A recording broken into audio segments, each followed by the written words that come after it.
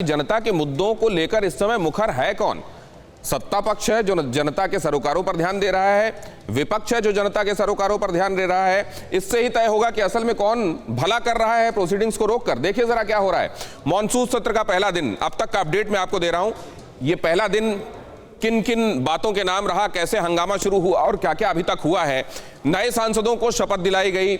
अभी तक का अपडेट ये है कि ये रवायत का हिस्सा है कि जब नए मंत्री बनाए जाते हैं तो सेशन जैसे ही अगला शुरू होता है तो उसमें शपथ दिलाई जाती है। वो हुआ, दिवंगत सांसदों को श्रद्धांजलि दी गई। और उसके बाद क्या हुआ, हंगामा होना शुरू हुआ। उधर पीएम मोदी ने नए मंत्रियों का परिचय कराना शुरू ही किया था, उनको इंट्रोड्यूस कराना। यह भी एक दस्तूर है कि उनका औपचारिक रूप से परिचय कराया जाता है पूरे सदन के साथ। मंत्रियों के परिचय के बीच में ही विपक्ष ने हंगामा, यहां से हंगामा होना शुरू हो गया, हंगामा करना शुरू कर दिया।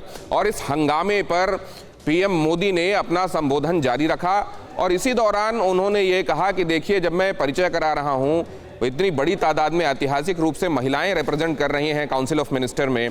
आप देख रहे हैं कि इसमें ओबीसी और तमाम वो वर्ग जिनका प्रतिनिधित्व प्रोपोर्शनल हो, इसको लेकर बात हो रही थी। अब जब हो रहा है तो ये इनका परिचय तक नहीं होने दिया जा रहा है। पीएम मोदी ने विपक्ष के रवैये पर दुख प्रकट किया। उन्होंने कहा कि ये विपक्ष का बेहद गैर जिम्मेदाराना रुख है, जबकि यहां इन मंत्रियों का परिचय हो रहा है और उन तबकों का परिचय हो रहा है जहां से ये आते हैं, ये होने नहीं दे रहा है। हंगामे के बीच में सिर्फ 35 मिनट में लोकसभा स्थगित उस दौरान हुई और अभी आपने देखा जैसे ही कार्यवाही शुरू हुई 2 बजे फिर से कार्यवाही को स्थगित कर देना पड़ना।